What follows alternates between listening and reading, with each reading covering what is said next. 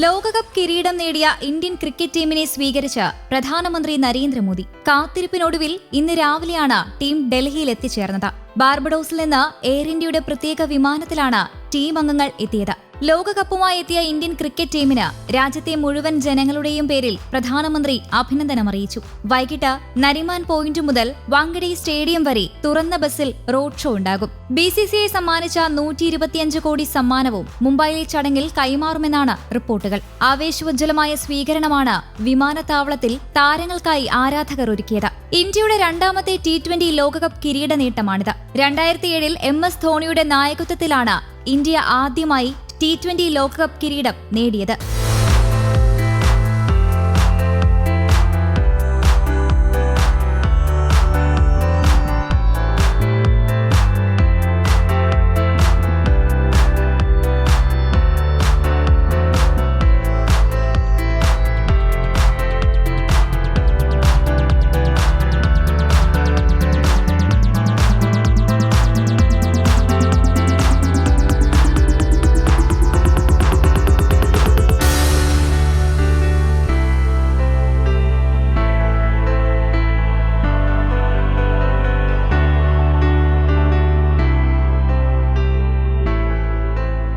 News desk, Kerala Kaumudi.